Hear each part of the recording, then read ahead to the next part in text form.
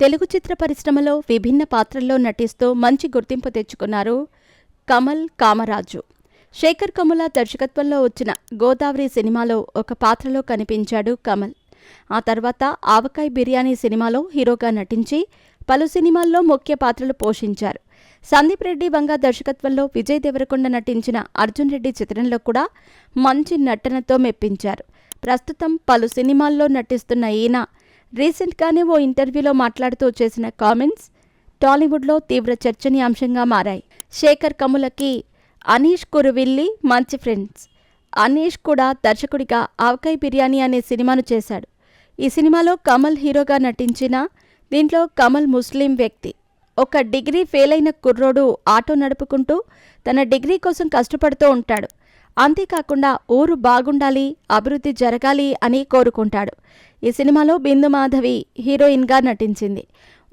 ఈ సినిమా మినహాయిస్తే తెలుగు ఫిల్మ్ ఇండస్ట్రీలో అసలు హీరోలకు ముస్లిం పాత్రలు ఎందుకు రాయరు అని రీసెంట్గా ఇచ్చిన ఒక ఇంటర్వ్యూలో ప్రశ్నలు లేవనెత్తాడు కమల్ కామరాజు.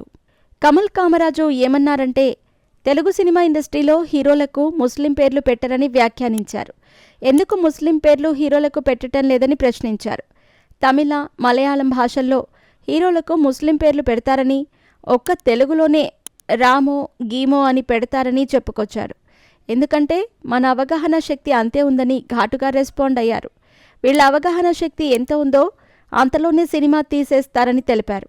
ఒక డబ్బాలో రాళ్లు వేసి ఊపుతూ సౌండ్ వస్తుంది కదా అని ఊపుతూనే ఉంటారు. లేదు వేరే డబ్బాలో వేస్తే వేరే సౌండ్ వస్తుంది కదా, అలా ట్రై చేద్దామంటే ఇక్కడ సౌండ్ వస్తుంది కదా అని అదే డబ్బాలో రాళ్లు వేసి కొడుతూనే ఉంటారని ఉదాహరించారు.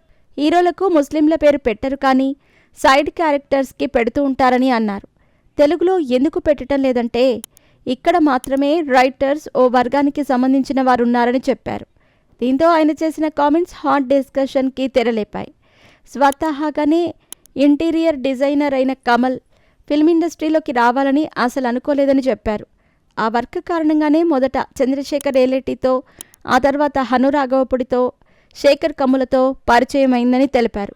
శేఖర్ కమ్ముల డైరెక్షన్ చేసిన గోదావరి సినిమాలో నటించిన తర్వాత ఆయన దగ్గర అసిస్టెంట్గా పనిచేసిన వ్యక్తి ఆవకాయ్ బిర్యానీ సినిమా చేయటం, సినిమాల్లోకి రావటం అలా జరిగిపోయింది అంటూ వెల్లడించాడు.